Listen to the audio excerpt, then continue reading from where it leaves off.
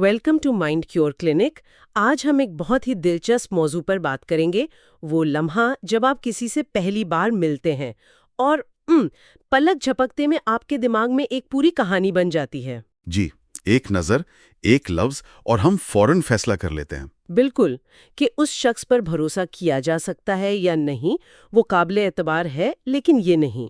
اور یہ صرف ہمارے کہہ سکتے ہیں گمان نہیں ہوتے۔ اچھا۔ جی، آج ہم جن حقائق پر بات کریں گے وہ بتاتے ہیں کہ ان فوری فیصلوں کے ہماری زندگی پر بہت گہرے اثرات مرتب ہوتے ہیں۔ مطلب یہ صرف ایک سوچ نہیں رہتی؟ بالکل نہیں، یہ نوکریوں کے انٹرویو سے لے کر آپ سوچیں عدالتوں میں مجرموں کو سزائیں دینے تک ہر چیز پر اثر انداز ہوتے ہیں۔ تو آج کا مقصد اس عمل کے پیچھے کی سائنس کو سمجھنا ہے۔ ٹھیک ہے، چلیں اس کی پرتیں کھولتے ہیں۔ میں نے کہیں پڑھا تھا کہ ہمارا دماغ کسی کے چہرے کو دیکھ کر فیصلہ کرنے میں صرف چند ملی سیکنڈ لیتا ہے۔ کیا یہ واقعی سچ ہے؟ بالکل سچ ہے۔ تحقیق سے یہ بات سامنے آئی ہے کہ صرف 100 ملی سیکنڈز 100 ملی سیکنڈز؟ یہ تو پلک جھپکنے سے بھی تیز ہے۔ جی، یعنی 1 سیکنڈ کا 10واں حصہ۔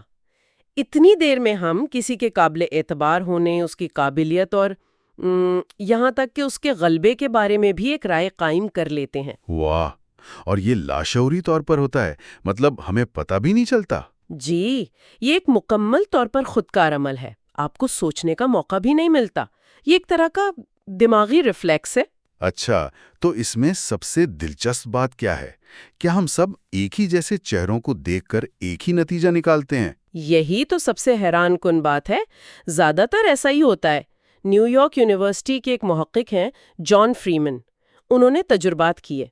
ٹھیک ہے۔ انہوں نے لوگوں کو کمپیوٹر سے بنائے گئے سینکڑوں مختلف چہرے دکھائے اور نتیجہ یہ نکلا کہ زیادہ تر لوگوں نے ایک ہی جیسے چہروں کو قابل اعتبار یا ناقابل اعتبار قرار دیا۔ سب نے؟ مطلب اس میں ایک پیٹرن تھا؟ جی، ایک واضح پیٹرن۔ اس سے یہ ظاہر ہوتا ہے کہ ہمارے دماغ میں چہروں کو پرکھنے کے لیے کچھ پہلے سے طے شدہ پیمانے موجود ہیں۔ اچھا، لیکن دماغ ایسا کرتا ہی کیوں ہے؟ اس کی کوئی ارتقائی وجہ ہونی چاہیے، ہے نا؟ جی، اس کی جڑیں ہمارے ماضی میں بہت گہری ہیں۔ دیکھیں، زبان کی ایجاد تو ارتقائی لحاظ سے بہت نئی چیز ہے۔ صحیح۔ اس سے لاکھوں سال پہلے ہمارے آباء و اجداد غیر زبانی اشاروں پر ہی انحصار کرتے تھے۔ ایک لمحے میں دوست اور دشمن میں فرق کرنا ان کی بقا کے لیے سب سے ضروری تھا۔ اچھا، تو یہ صرف کوئی پرانی عادت نہیں جو ہم بھول گئے ہیں، بلکہ یہ آج بھی ہماری زندگی چلا رہی ہے۔ مطلب اگر گروہ میں کوئی خوفزدہ نظر آتا تھا تو اس کا مطلب تھا کہ کوئی خطرہ قریب ہے۔ بالکل، اور آپ کی جان بھی خطرے میں ہے۔ ہمارا دماغ آج بھی اسی بنیادی سافٹ ویئر پر کام کر رہا ہے۔ اور اس کے نتائج بھی آج کی دنیا میں نظر آتے ہوں گے۔ بہت دور رس نتائج ہیں۔ تحقیق سے یہ بات ثابت ہوئی ہے کہ جن سیاستدانوں کے چہرے زیادہ قابل نظر آتے ہیں ان کے امریکہ میں سینیٹر یا گورنر منتخب ہونے کے امکانات بڑھ جاتے ہیں۔ پالیسیوں سے قطع نظر؟ جی، پالیسیوں سے قطع نظر۔ اسی طرح جن لوگوں کو پرکشش سمجھا جاتا ہے انہیں زیادہ تنخواہ ملتی ہے، اور جن مدعا علیحان کے چہرے ناقابل اعتبار لگتے ہیں انہیں عدالتوں میں لمبی سزائیں سنائی جاتی ہیں۔ یہ تو بہت خطرناک بات ہے۔ اس کا مطلب ہے کہ لوگ کسی کی قابلیت کی بجائے اس کے چہرے کی بنیاد پر ووٹ دے رہے ہیں یا سزا سنا رہے ہیں۔ یہ تو ایک لاشعوری تعصب ہوا۔ بدقسمتی سے اعداد و شمار یہی بتاتے ہیں۔ یہ تو چہرے کی بات ہوئی۔ کیا آواز کا بھی اتنا ہی گہرا اثر ہوتا ہے؟ اکثر ہم کسی کو دیکھے بغیر صرف فون پر اس کی آواز سن کر ہی اس کے بارے میں ایک پوری شخصیت کا خاکہ بنا لیتے ہیں۔ آواز کو آپ سمجھیں کہ وہ ایک نہیں، اسے سماعی چہرہ کہنا زیادہ بہتر ہے۔ مطلب ایک آڈیٹری فیس۔ سماعی چہرہ، دلچسپ۔ جی، جس طرح ہم چہرہ دیکھ کر تاثرات قائم کرتے ہیں اسی طرح ہم صرف آواز سن کر کسی کے اعتماد، غلبے اور قابلیت کا اندازہ لگا لیتے ہیں، چاہے اس کا حقیقت سے کوئی تعلق نہ ہو۔ یعنی آواز میں بھی جذبات کو زندہ کرنے کی طاقت ہوتی ہے؟ ناقابل یقین طاقت۔ اس کی بہترین مثال کٹھ پتلیاں ہیں۔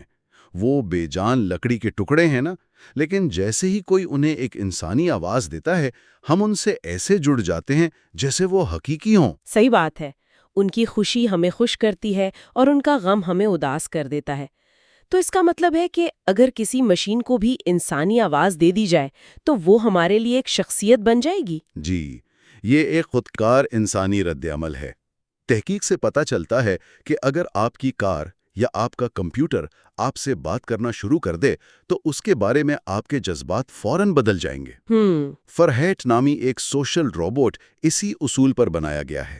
سائنسدان اسے انسانی تاثرات سکھانے کی کوشش کر رہے ہیں، مسکرانا، سر ہلانا، آنکھوں سے رابطہ بنانا، لیکن یہ بہت ہی پیچیدہ کام ہے۔ کیوں؟ کیا مشکل ہے اس میں؟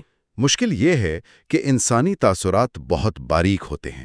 آنکھوں کی ہلکی سی حرکت یا مسکراہٹ کے معمولی سے فرق سے مطلب بدل جاتا ہے۔ مشینوں کے لیے اسے نقل کرنا بہت مشکل ہے۔ اور انہی باریک تاثرات کو پڑھنے پر ایک مشہور T V series lie to me بھی بنی تھی۔ اس میں دعویٰ کیا گیا تھا کہ ان مائکرو ایکسپریشن سے جھوٹ پکڑا جا سکتا ہے۔ کیا سائنس اس کی تصدیق کرتی ہے؟ دیکھیں، اگر ہم بڑی تصویر دیکھیں تو سائنسی دنیا کہہ سکتے ہیں اس سے پوری طرح متفق نہیں ہے۔ اچھا۔ جی، حقیقی زندگی میں چہرے کے تاثرات سے جھوٹ پکڑنے کی کامیابی کا امکان صرف 50% کے قریب ہوتا ہے۔ یعنی سکہ اچھالنے کے برابر؟ بالکل۔ تو پھر یہ خیال اتنا مقبول کیوں ہوا؟ اس میں ایک دلچسپ نفسیاتی اصول کام کرتا ہے جسے گلابی ہاتھی کا اصول کہتے ہیں۔ گلابی ہاتھی کا اصول یہ کیا ہے؟ اگر میں آپ سے کہوں کہ ایک گلابی ہاتھی کے بارے میں بالکل مت سوچیں تو سب سے پہلے آپ کے ذہن میں کیا آئے گا؟ وہی گلابی ہاتھی؟ بالکل۔ بڑے جھوٹ کے ساتھ بھی ایسا ہی ہوتا ہے۔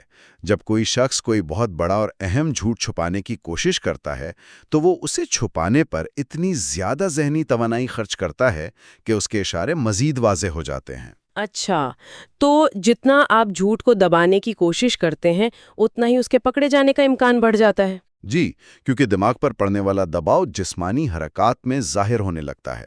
بچوں کے بارے میں کیا خیال ہے؟ کیا وہ جھوٹ بولتے ہوئے مختلف برتاؤ کرتے ہیں؟ وہ تو شاید اپنے تاثرات چھپانے میں اتنے ماہر نہیں ہوتے۔ اس پر ایک تجربہ کیا گیا۔ بچوں کو جھوٹ بولتے وقت ریکارڈ کیا گیا۔ دیکھا یہ گیا کہ جھوٹ بولتے وقت ان کے چہرے کے تاثرات، خاص طور پر منہ کے ارد گرد، زیادہ سخت تھے۔ اور آواز میں ایک خاص کرختگی تھی جسے کریکی وائس کہتے ہیں۔ یہ وہ آواز ہے جو گلے کے پچھلے حصے سے آتی ہے، جیسے کوئی بہت تھکا ہوا ہو۔ تو یہ کوئی قابل بھروسہ طریقہ ہے؟ نہیں، کیونکہ یہ اشارے ہر بچے میں ایک جیسے نہیں تھے۔ عام طور پر ہم اپنے چہرے کو آواز سے زیادہ بہتر کنٹرول کر سکتے ہیں۔ آواز پیدا کرنے میں 100 سے زیادہ پٹھے شامل ہوتے ہیں۔ سب کو قابو کرنا بہت مشکل ہے۔ تو انسان آواز سے جھوٹ پکڑنے میں ناکام ہے، لیکن میں نے پڑھا ہے کہ مشینیں یعنی AI اسی آواز سے بیماریاں پکڑ رہی ہیں۔ یہ فرق بہت دلچسپ ہے۔ جی، یہ ایک نیا اور بہت طاقتور میدان ہے۔ کمپیوٹرز ہماری آواز کے ہزاروں پہلوؤں کا تجزیہ کر سکتے ہیں جو انسانی کان کبھی نہیں پکڑ سکتے۔ مثال کے طور پر ہمارے ووکل کورڈز کی بے قابو تھرتھراہٹ یا سانس لینے کے انداز میں چھوٹی چھوٹی تبدیلیاں۔ اس ٹیکنالوجی سے 85% درستگی کے ساتھ کووڈ-19، پارکنسنز، الزائمر، یہاں تک کہ ڈپریشن کی بھی تشخیص کی جا رہی ہے۔ یہ واقعی حیران کن ہے۔ اچھا، ایک اور بات، گفتگو کے دوران ہم لاشعوری طور پر دوسرے شخص کے تاثرات کی نقل کیوں کرنے لگتے ہیں؟ جیسے کسی کو مسکراتے دیکھ کر خود بھی مسکرا دینا۔ اسے تقلید یا ممکری کہتے ہیں۔ یہ ہمدردی اور دلچسپی ظاہر کرنے کا ایک غیر شعوری طریقہ ہے۔ اچھا۔ جب کوئی گفتگو کامیاب ہوتی ہے تو ہم لاشعوری طور پر ایک دوسرے کے ساتھ ہم آہنگ ہو جاتے ہیں۔ یہ صرف مسکراہٹ تک محدود نہیں، ہماری آواز کی پچ اور رفتار بھی ایک جیسی ہو جاتی ہے۔ میں نے یہ محسوس کیا ہے۔ کبھی کبھی کسی دوست سے لمبی بات کرنے کے بعد میں خود اس کے الفاظ یا انداز میں بات کرنے لگتی ہوں۔ بالکل، یہ ایک فطری عمل ہے۔ کچھ ماہرین کا تو یہ بھی ماننا ہے کہ مونا لیزا کی پینٹنگ کی پراسرار کشش کی وجہ بھی یہی ہے۔ وہ کیسے؟ اس کے چہرے پر جو ہلکی سی مسکراہٹ ہے وہ دیکھنے والے میں خوشی کے جذبات ابھارتی ہے، اور لوگ لاشعوری طور پر اس کی نقل کرنے کی کوشش کرتے ہیں جس سے انہیں اچھا محسوس ہوتا ہے۔ تو کیا ہم اپنی آواز کو زیادہ پرکشش یا کرشماتی بنانے کے لیے تربیت دے سکتے ہیں؟ کیا یہ کوئی سیکھنے والی مہارت ہے؟ بالکل۔ ماہرین کا کہنا ہے کہ کیا کہا جا رہا ہے سے زیادہ اہم یہ ہے کہ کیسے کہا جا رہا ہے۔ کرشماتی مقررین اپنی آواز کی پچ، رفتار اور حجم میں مسلسل تبدیلی لاتے ہیں اور وقفہ بھی دیتے ہیں۔ جی، اپنی بات میں اثر پیدا کرنے کے لیے مناسب جگہوں پر وقفہ دیتے۔ ایک بہت دلچسپ تجربے میں ڈرائیوروں کو ایک پرکشش اور پرجوش آواز والی سیٹ نے انہیں جان بوجھ کر غلط ہدایات دی۔ اچھا، پھر کیا ہوا؟ نتیجہ یہ نکلا کہ وہ بہت دیر تک ان غلط ہدایات پر عمل کرتے رہے، جبکہ ایک اسپاٹ اور بے جان آواز والے سیٹنیوں کی غلط ہدایات کو انہوں نے فوراً پہچان لیا۔ لیکن کیا یہ کرشمہ نہیں بلکہ ایک قسم کی ہیرا پھیری ہے؟ یعنی ایک اچھی آواز آپ سے وہ کام کروا سکتی ہے جو آپ کے لیے نقصان دہ ہو؟ یہ تو تھوڑا پریشان کن ہے۔ آپ کی بات درست ہے۔ یہ ظاہر کرتا ہے کہ ایک پرکشش آواز ہمیں غیر منطقی کام کرنے پر بھی آمادہ کر سکتی ہے۔ تو اس سب کا مطلب کیا ہے؟ کیا ہم صرف اپنے دماغ کے بنائے ہوئے ان فوری فیصلوں اور تعصبات کے رحم و کرم پر ہے؟ کیا ہم ان سے باہر نکل ہی نہیں سکتے؟ دیکھیے، ہمارا دماغ توانائی بچانے کے لیے اسٹیریوٹائپس یا دقیانوسی تصورات کو شارٹ کٹ کے طور پر استعمال کرتا ہے۔ اور یہ اکثر مفید بھی ہوتا ہوگا۔ جی بالکل، جیسے آپ ایک ریسٹورانٹ میں کرسیوں اور میزوں کی توقع کرتے ہیں، مسئلہ تب پیدا ہوتا ہے جب یہ اسٹیریوٹائپس تعصب پر مبنی ہوں۔ اور مصنوعی ذہانت کا کیا؟ وہ بھی یہی کرتی ہے؟ وہ بھی انسانوں سے ہی سیکھتی ہے نا، تو اگر اسے متعصب ڈیٹا دیا جائے تو اے آئی بھی وہی تعصبات ظاہر کرے گی۔ تو پھر حل کیا ہے؟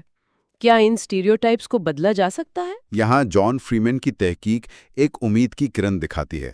ایک تجربے میں انہوں نے لوگوں کو سکھایا کہ جن لوگوں کی ناک چوڑی ہوتی ہے وہ قابل اعتماد ہوتے ہیں۔ یہ تو بالکل بے معنی بات ہے۔ بالکل بے معنی، لیکن صرف چند منٹوں کی تربیت کے بعد جب ان لوگوں کو نئے چہرے دکھائے گئے تو ان کا دماغ لاشعوری طور پر اس نئے اسٹیریوٹائپ کا اطلاق کرنے لگا۔ واہ، اس کا مطلب ہے کہ ہمارا دماغ لچکدار ہے؟ جی، ہم سیکھ سکتے ہیں کہ چہروں اور آوازوں کو مختلف طریقے سے کیسے پرکھا جائے۔ ہم اپنے پرانے تعصبات کو بھلا کر نئے، بہتر اور منصفانہ اصول سیکھ سکتے ہیں۔ تو خلاصہ یہ ہے کہ پہلے تاثرات ایک طاقتور ارتقائی عمل کا نتیجہ ہیں جو کبھی ہماری بقا کے لیے ضروری تھے۔ جی، لیکن آج کی پیچیدہ دنیا میں یہ اکثر دھوکہ دہی اور تعصب پر مبنی بھی ہو سکتے ہیں۔ یہ ہمارے دماغ کا ایک شارٹ کٹ ہے جو ہمیشہ ہمیں صحیح راستے پر نہیں لے جاتا۔ اور شاید سب سے اہم بات یہ سمجھنا ہے کہ ہم ان میکانزم کے غلام نہیں ہیں۔ جتنا زیادہ ہم ان کے بارے میں جانیں گے اتنا ہی کم ہم ان سے دھوکہ کھائیں گے۔ علم ہمیں ان پر قابو پانے کی طاقت دیتا ہے۔ بالکل۔ اور اس گفتگو کے بعد سوچنے کے لیے ایک خیال یہ ہے، اگر ہم جانتے ہیں کہ ہمارا دماغ چہروں اور آوازوں کو پرکھنے کے لیے شارٹ کٹس استعمال کرتا ہے، تو کیا ہم جان بوجھ کر ان لوگوں کے بارے میں اپنی رائے پر نظر ثانی کرنے کی کوشش کر سکتے ہیں جن کے بارے میں ہمارا پہلا تاثر منفی تھا؟ شاید دوسری نظر میں ہمیں وہ کچھ نظر آئے جو پہلی نظر میں ہمارے تعصبات کی وجہ سے اوجھل تھا۔ اپنا خیال رکھیے گا۔ اللہ حافظ۔